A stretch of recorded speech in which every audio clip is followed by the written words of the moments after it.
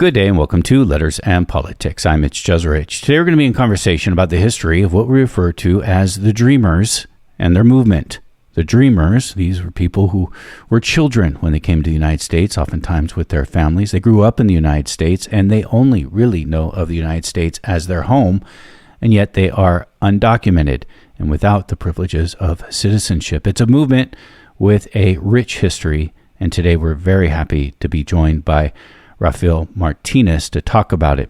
Rafael A. Martínez is assistant professor of Southwest Borderlands at Arizona State University, and he is the author of the book Illegalized, Undocumented Youth Movements in the United States. Rafael Martínez, it's a great pleasure, sir, to welcome you to this program. Thank you for taking the time. Thank you for having me on the show. I look forward to our conversation. As do I. I was telling you before we began, I remember when I was a Capitol Hill reporter some 20 years ago, and I was on the Hill covering the Senate with the introduction. I believe it was the first time it was introduced. Memory's a little funny 20 years later, and I'm not that confident in it, but I think it was the first time the DREAM Act was introduced. And I remember it was part of a larger discussion about immigration reform, which was then much more controversial. But everyone at that time, including Republicans, I remember Orrin Hatch, Republican from Utah, one of the most conservative members in the Senate, sort of the father of the Patriot Act. I remember he was a co-sponsor of the DREAM Act at the time, because everyone was just like, yeah, of course, these are kids. They were here. They grew up here. This is their home. We educated them. It's in our own interest. I mean, just the whole thing. And it was just seemed to be like, yeah, well, this will pass, no problem. And now here we are over 20 years later. And even yourself, you are a dreamer too. Here we are 20 years later, waiting for a Supreme Court decision concerning the Obama era DACA order, wondering what the fate of young people who grew up here is even going to be. Yeah, well, you said it correctly that a lot of this idea of the Dreamer movement and undocumented youth social movements really took force and took visibility with the introduction of the DREAM Act in the early 2000s. So really, the first time it's introduced is in 2001, and then it goes on to, it fails, unfortunately, and then 2007 again is introduced and fails. And then the final really time that it gains big momentum to be passed is in 2010. And unfortunately, that fails again. And so, from there on, it still stayed in conversation, but hasn't gained the same momentum, bipartisan support that you mentioned. And I think, unfortunately, we've gone the opposite direction in some ways in terms of bipartisan support in the political spectrum. But one of the things that I chart in the history of undocumented youth social movements in the book is the fact that precisely the failure of this DREAM Act is what changed the discourse for undocumented youth choosing to organize in different manners, right? So really, with the introduction of the DREAM Act, it was the idea of working within the political system, working with allied politicians who said, don't worry about it. We're going to pass this and you'll have some relief, you'll have some protection. By 2010, when that, last failure really happens, undocumented youth, became disappointed, disillusioned, and quite honestly, just, fed up with the system and decided to take matters into their own hands and started organizing differently, which, in the book I call direct forms of activism, which just means civil disobedience, protest, marches, sit-ins, and just the use of the body to bring attention and awareness to the type of issues that were happening for our undocumented immigrant communities. Because what the U.S. government was saying on one end was one thing, but what was actually happening behind the scenes was another thing. And so undocumented activists wanted to create the scenario where they could expose the truth of what was happening to our undocumented immigrant communities, and not just undocumented youth, but really gain that visibility and capital during the decade of the DREAM Act to then cash that in and exchange it for bringing visibility to the larger issues with our larger undocumented immigrant communities as well. So the timeline that you laid out there on the DREAM Act was quite different than my recollection. As I said, I don't really trust my memory anymore. I do remember the feelings about it. That's the important part of writing this historical approach, is getting folks to think about that timeline and how things unfolded, right? Yeah, yeah. So, does the term dreamer come with the DREAM Act? Is that the genesis of it? Yeah, and so that's one of the things that I talk about really importantly, the fact that, that identity or identifier narrative of the dreamer comes directly from the DREAM Act. And so it's an identity that's associated with a policy. And again, kind of like capturing the feeling and disappointment. By 2010, undocumented youth start moving away from that identifier. Even though it's still very much a household name today, one of the things that I write in the book is countering that dreamer narrative, because it has, while it has been, a term that has been, culturally valuable in the U.S. government, or U.S. society, I should say, it has also meant the inclusivity and acceptance of certain kind of individuals, youth, who are seen for their potential in education, potential in military service, and just, labor or capital to the U.S. economy, while the rest of the 11 million undocumented immigrants are not seen as that favorable outcome. And so the activism that I write about really wanted to move past that dreamer narrative, and again, as a way to bring that, cash in that attention, to bring it to larger issues and awareness on those topics. One of the things that I remind, your listeners and folks is that, at the height of the Deferred Action for Childhood Arrivals program, or DACA, we've only had 800,000 undocumented youth qualify for that program. Currently, it's at about 500,000 individuals that are benefiting from that program. So that's a very small number in comparison to the 11 million undocumented immigrants estimated in the U.S. government as well. Well, what's happening in the early 2000s to see the rise of this youth immigrant movement? Yeah, of course. We're happy to jump into the history here.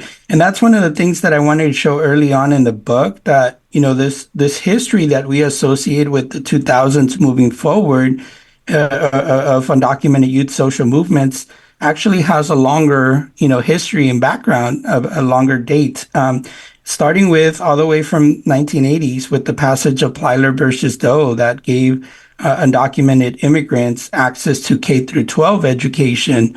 And so, the Supreme Court voted that as, thinking of it as, education's a human right. And so regardless of immigration status, people should have access to an education if they're in the U.S. And so, that sparked a whole generation of undocumented immigrants getting access to, of course, education, K through 12. And then in the 90s, we really had, youth who, were graduating from high school and then were reaching colleges.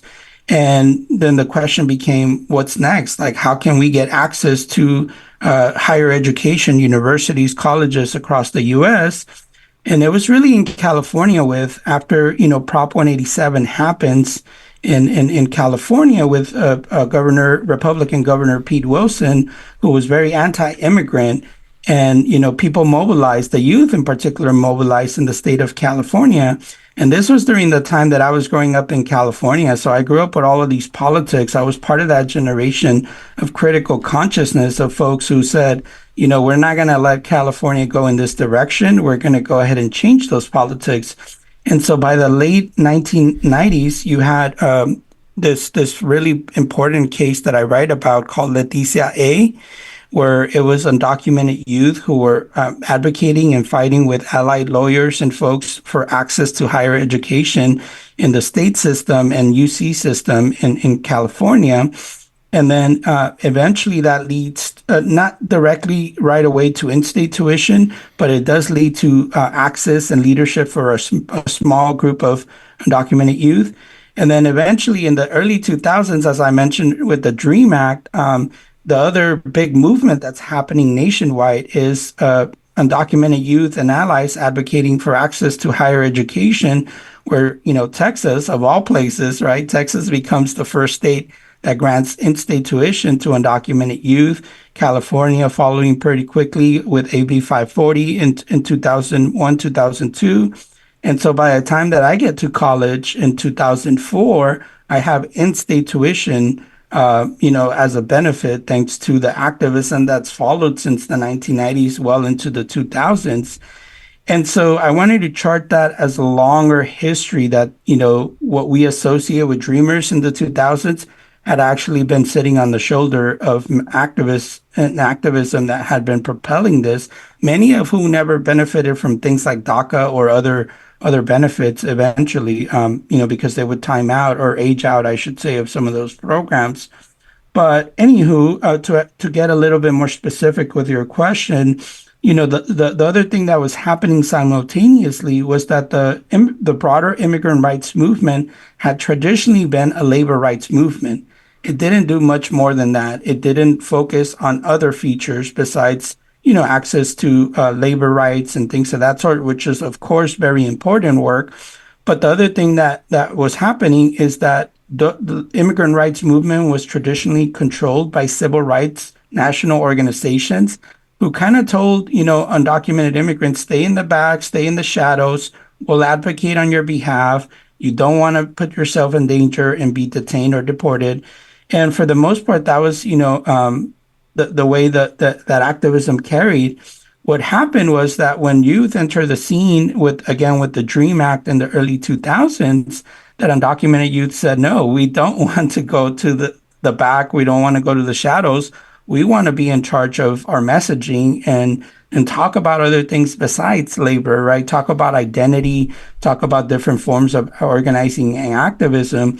And so you really saw that, change happening within that. The other focal or historical moment that I talk about in the book is the 2006, 2007 national marches that were some of the largest demonstrations in most U.S. cities to date. And, in LA, where I participated, we had millions of people just take over downtown LA with white shirts. And if you participated in any of those marches or your listeners remember, those marches, you saw that by the end of the marches, wherever the marches ended, people went in different directions and people, started having different messaging. And that's where undocumented youth realized we need to start forming our own organizations, controlling our own messaging, because a lot of the conversations did not allow the space for non-traditional forms of organizing that, again, meant working within the system.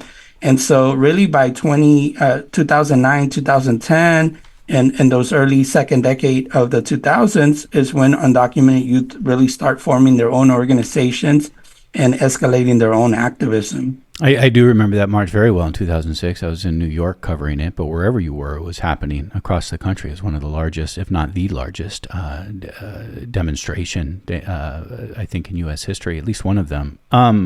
You went through a lot there, and I kind of want to return to some of those and focus on each of them a little bit. One is your mention of Proposition 187, the California proposition. I think it was 1994 when that was passed. I was also obviously much younger then. I was in college.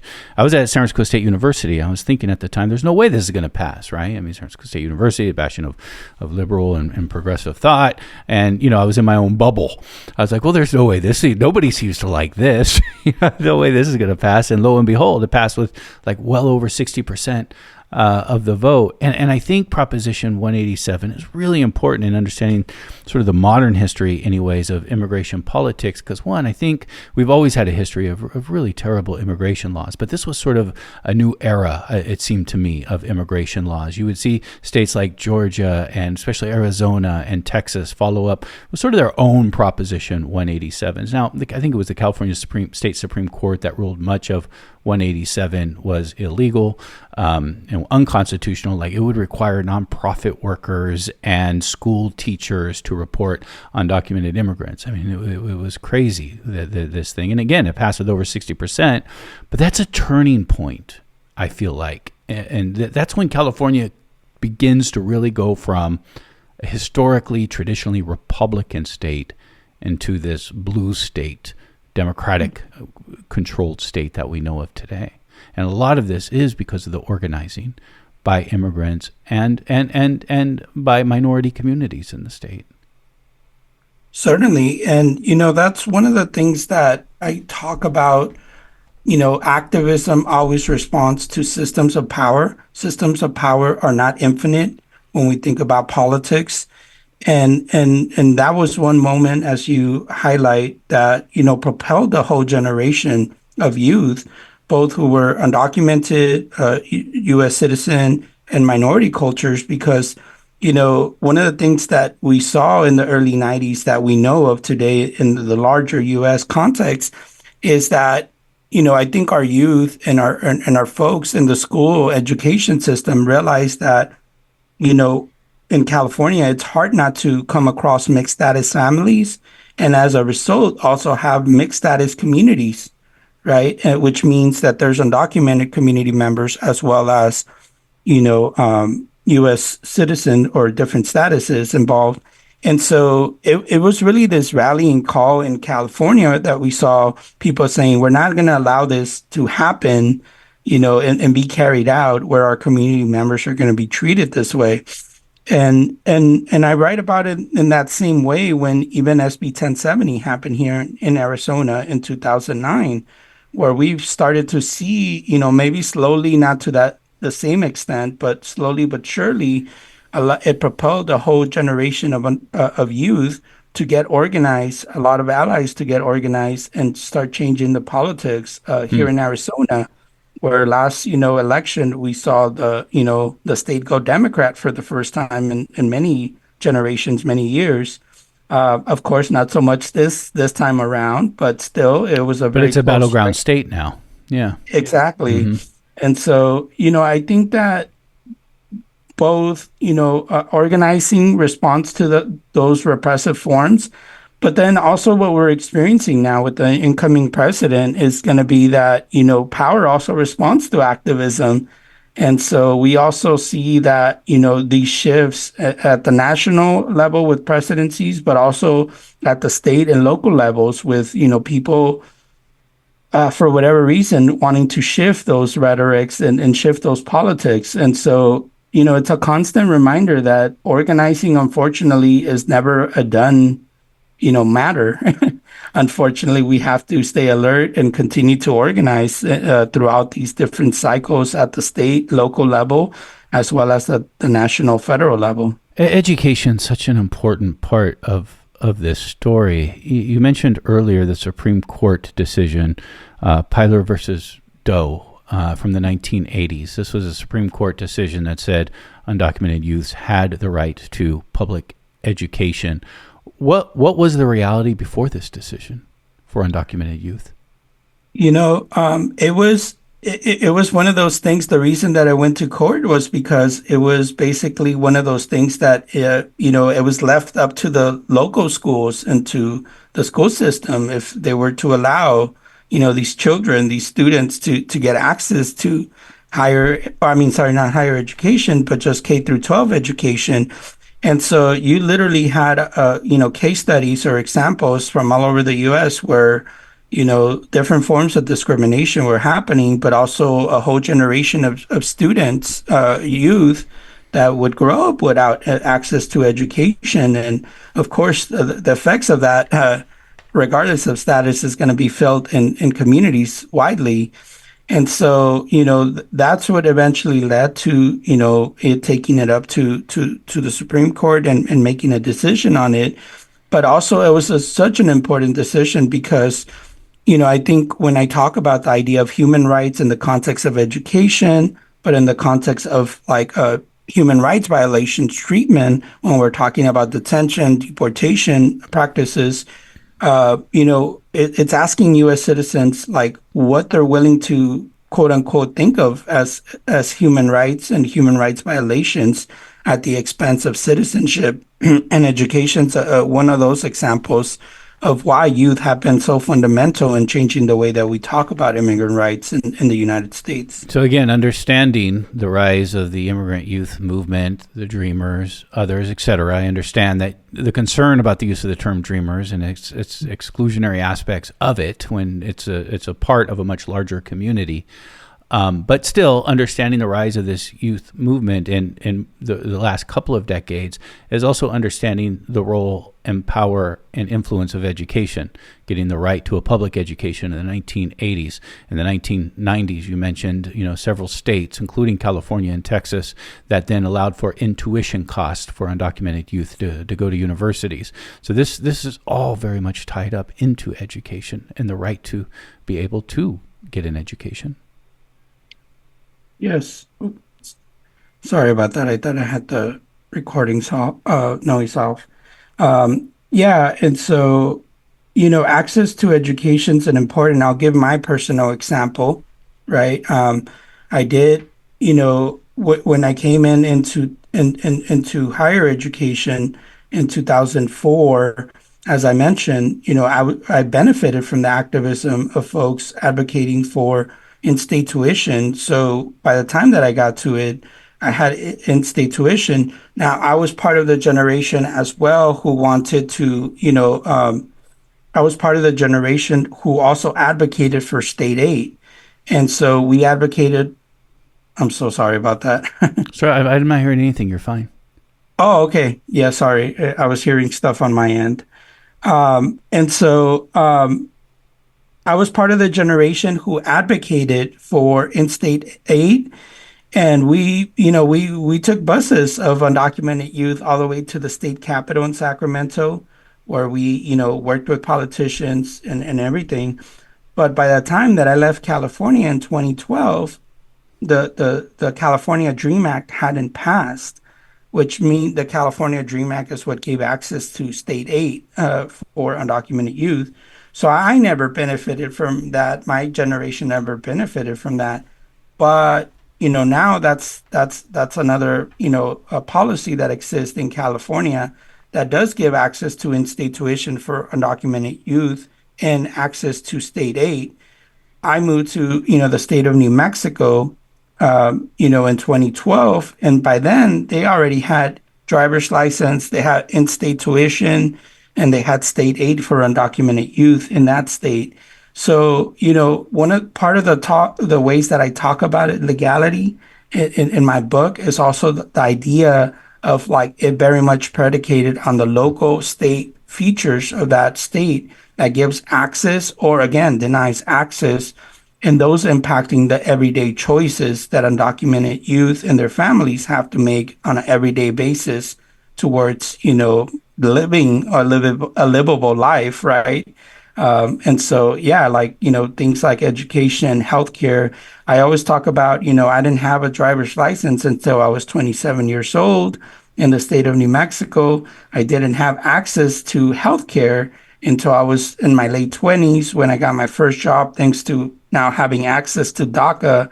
And so all of those different things are things that impact, youth, impact families, impact, community members who are navigating their lives with their own statuses. This is Letters and Politics, and we are in conversation with Dr. Rafael A. Martínez, Assistant Professor of Southwest Borderlands at Arizona State University, author of the book Illegalized, Undocumented Youth Movements in the United States. He's also the founder and director of the podcast UndocuTalks. Rafael Martínez, you were born in Mexico, came to the United States as a kid.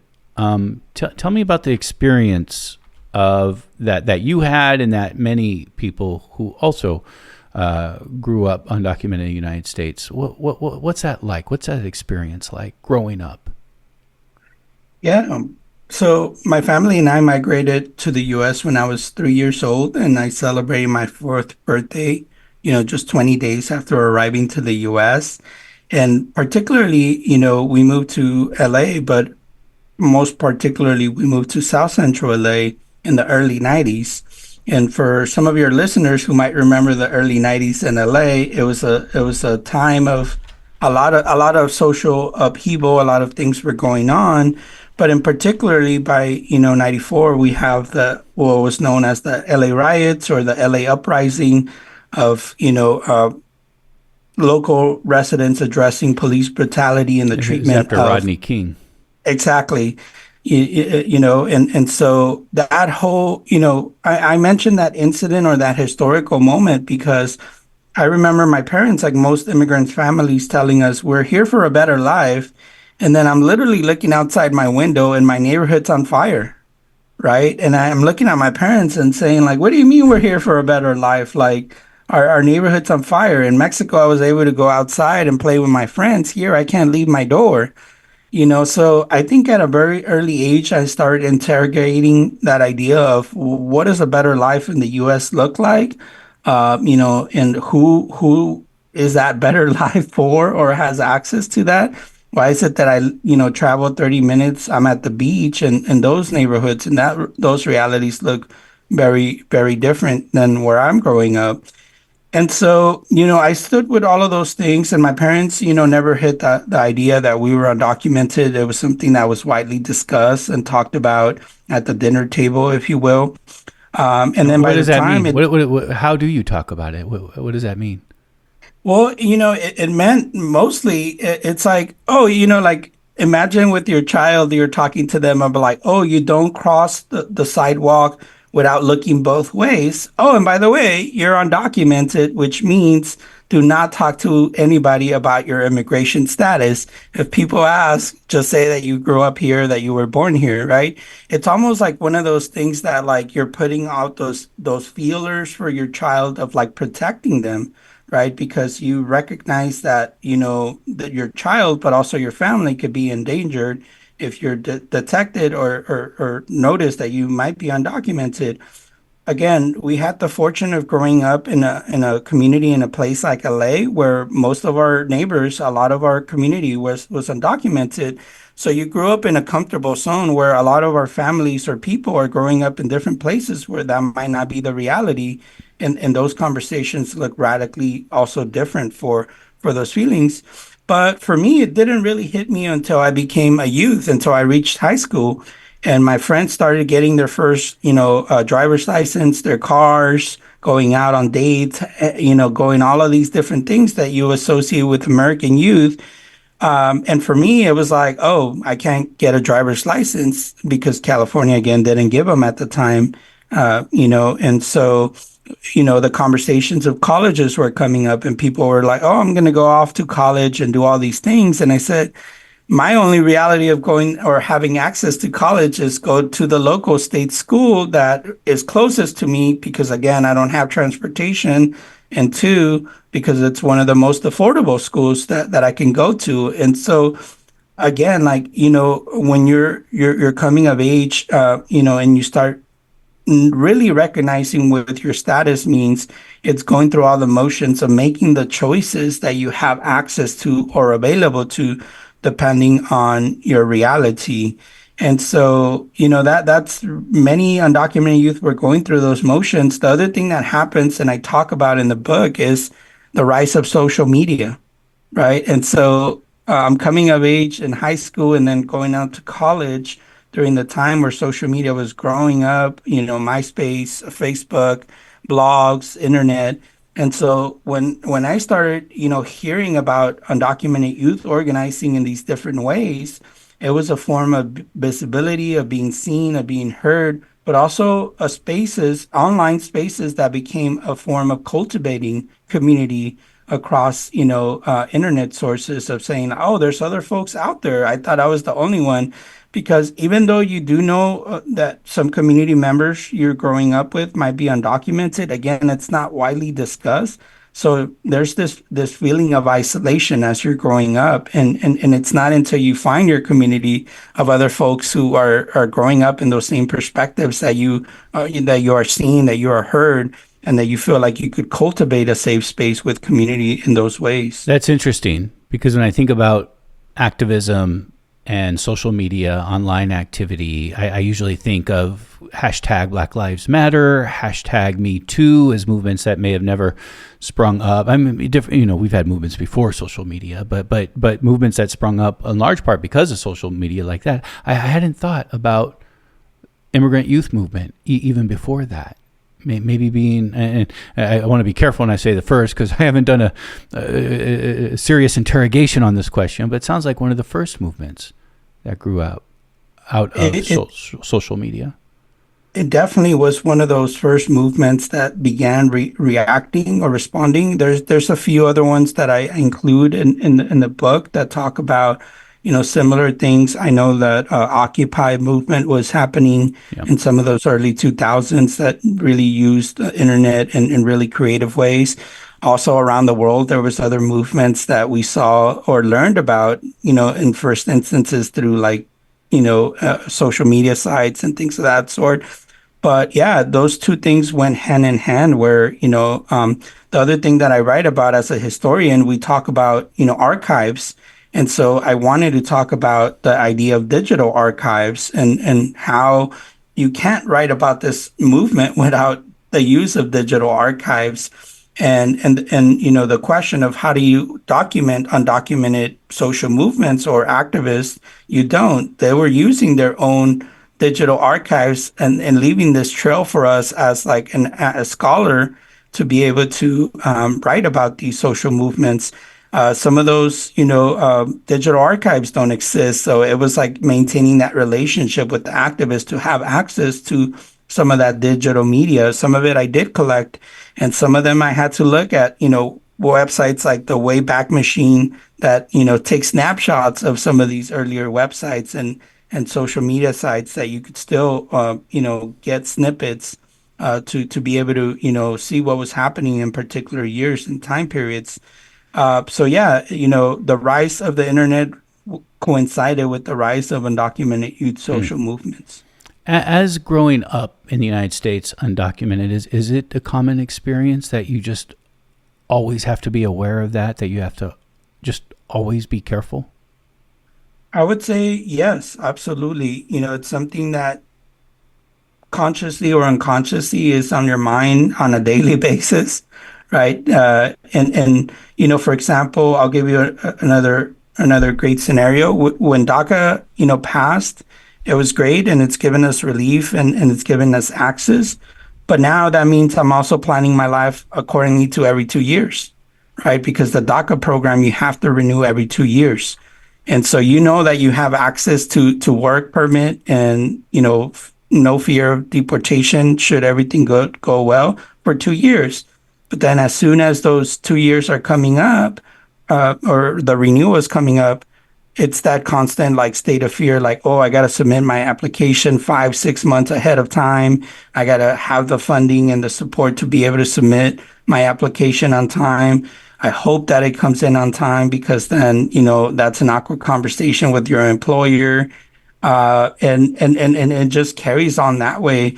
But also, the political moments with new administration coming in is thinking about how do you prepare accordingly for those shifts and changes. And that's already conversations that I'm having with my individual family, that I'm having with my larger, broader family, but also that I know community members are having across the board. And, it impacts at every level. So, yes, I think that, from a early age until now adulthood, you transition.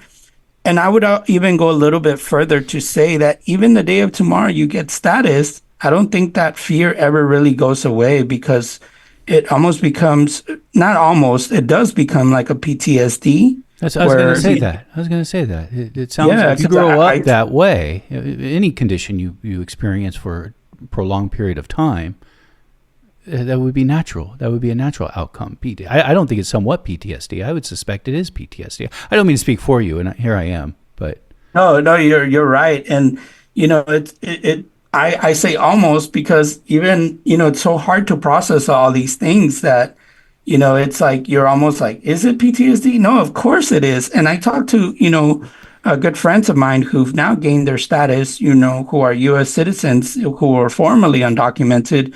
And they talk about the idea that it never goes away, even as they get the privilege of traveling, say, back to their home country, and they're returning back to the U.S., they're super hyper alert, super hyper aware that for whatever reason, they're going to be denied entry into the country, even though they have all the proper paperwork. And, I remember like my parents now became U.S., residents thanks to my sister. My sister's 7 years younger than I am, and she's a U.S. citizen. And so we grew up in a mixed status family, all of our life. And when she turned 21, she was able to petition for my parents. So that's how they, gained U.S. residency. And the first thing my mom said to me when she got her green card was, it was a moment of sadness. And, when I asked her, why are you sad? This is supposed to be a good thing. The first thing she said is, I'm sad because I have this and you don't, you know? And so I think it's always reflecting back on, a privilege that you have, even now with me having DACA and knowing that our youth since 2017 haven't had access to DACA and meeting those youth and saying, wow, like, well, now we have a whole generation that doesn't have access to DACA.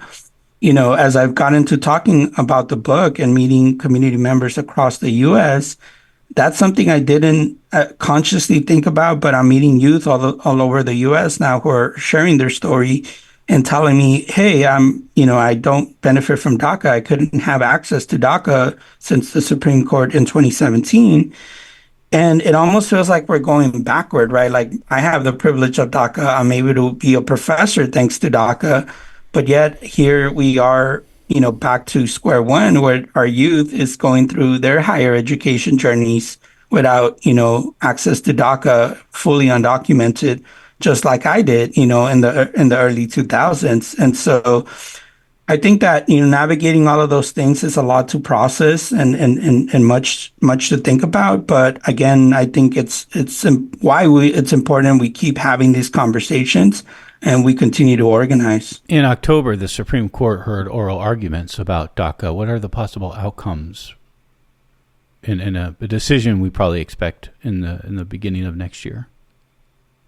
The Supreme Court, and the rulings with DACA have not been favorable. That's the reality. That's the reality, and the negative aspect of it. The worst case scenario is that it finally gets heard and it gets dismantled. The positive and hopeful side of me says, that the court and the politicians will recognize two things. One, what a economic, issue this would be if they get rid of DACA and they get rid of this huge amount of income coming in.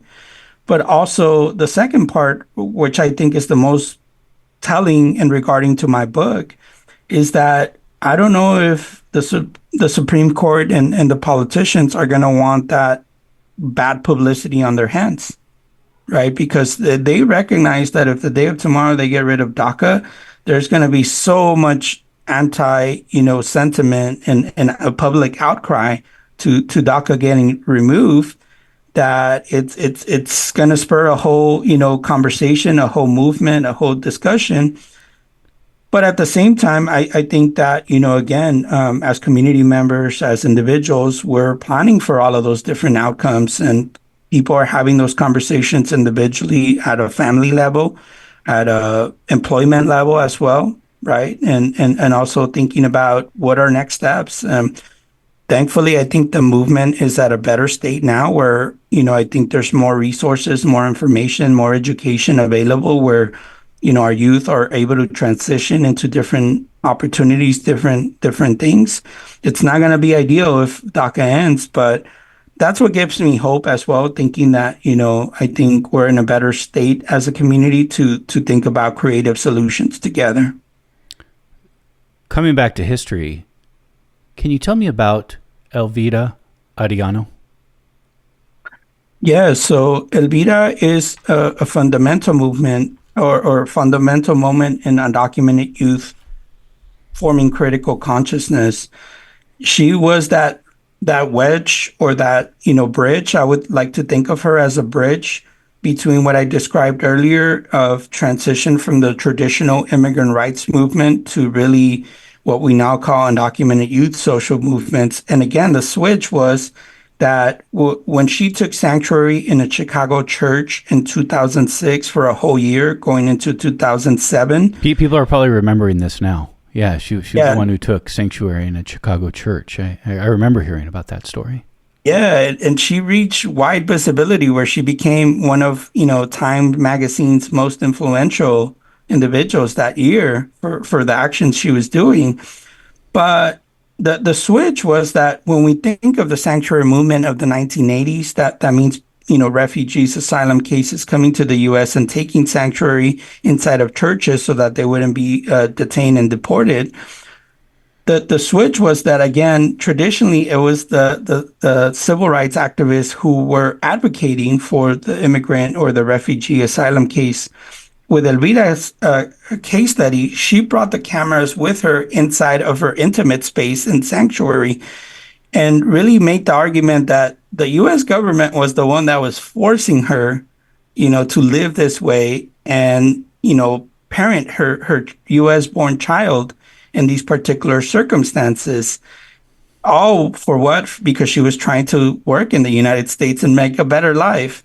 And so, when undocumented youth were coming of age and seeing Elvira's story, they realized that there was power in the control of the media sources. And again, going back to the rise of the internet and social media, but also the control of the narrative and kind of exposing what the U.S. government is saying, that they're not deporting high criminal, or that they're only deporting high criminals and not small infractions. Elvira was a perfect example of that. And expose the reality that they are actually separating, mixed status families, including U.S. born children, from their parents. And so that was really the bridge with Elvira's story in chapter 1 to that really catapulted the way undocumented youth chose to escalate their social activism as well. What's her situation today? Well, she is deported from the U.S. Back to Mexico after she leaves sanctuary. And again, she made that conscious choice of leaving sanctuary. But she continues to organize in Mexico, Central American immigrants that were coming through Mexico into the U.S. She did that for several years.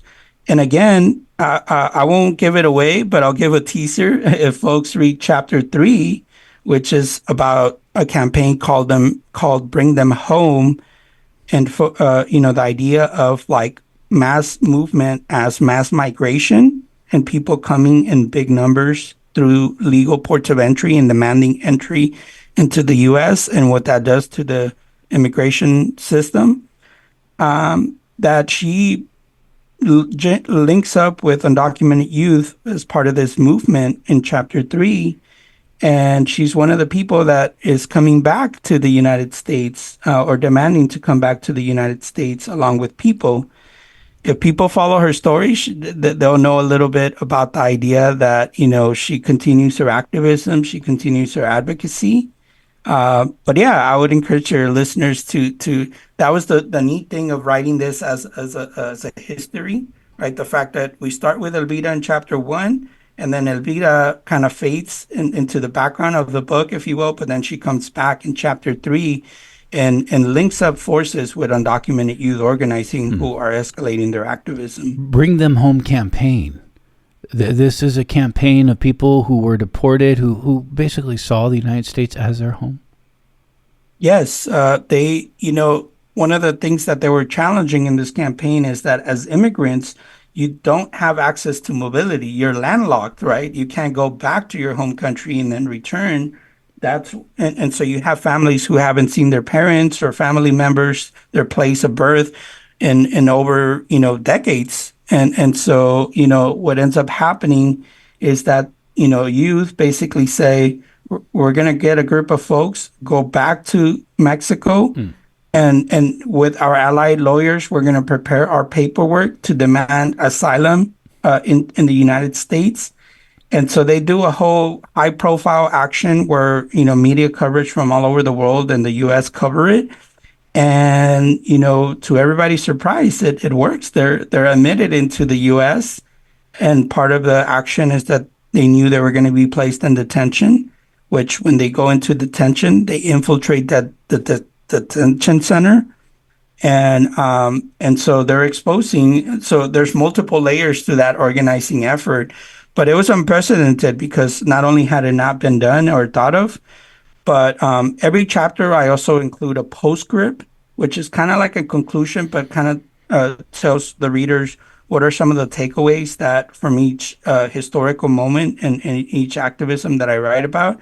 And in this case, several years later, we have what became known as the migrant caravans, right, from Central America. And so it begs the question of like, can we consider mass migration, collective mass migration, as a social movement?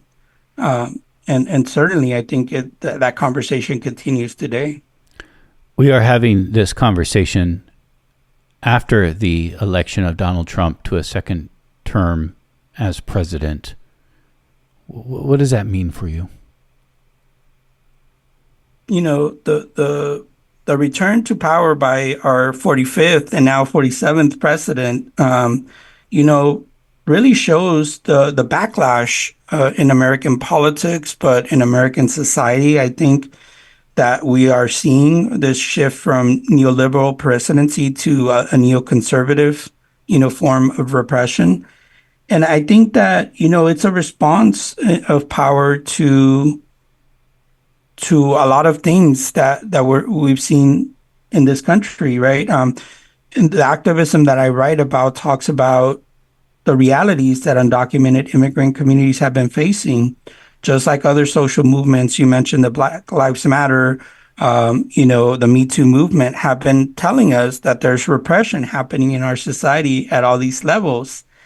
And we've either paid attention or we haven't, but we're also seeing that, another sector of U.S. society has been paying attention and has been mobilizing towards their political realities, I would say. And so I do think that what gives me hope, I think, is that as a social movement scholar, we know that these moments create hard times for our marginalized communities, but we also know that there's always a response, a collective response.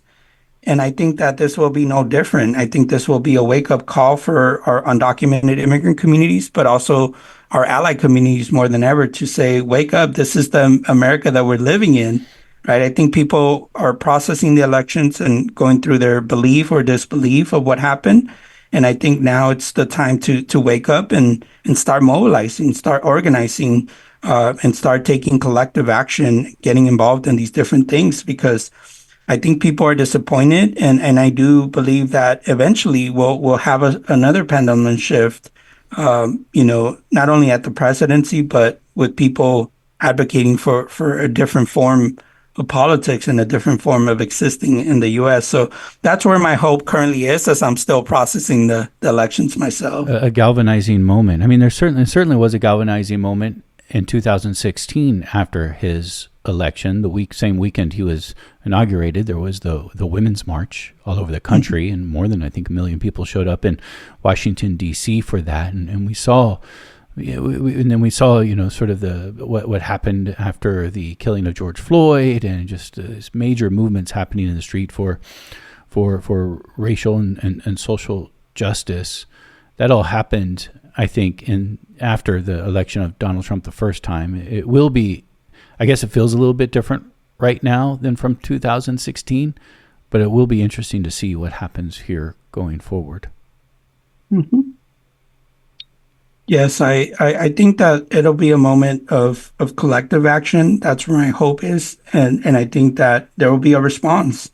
And I think, hopefully that response brings people together.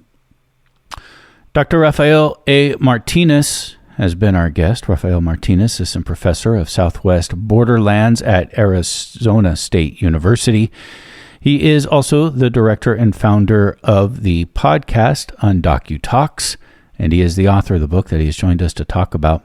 It's called Illegalized, Undocumented Youth Movements in the United States. Rafael Martínez, I've enjoyed our conversation very much, and I thank you for taking this time. Thank you, Mitch. I enjoyed our conversation.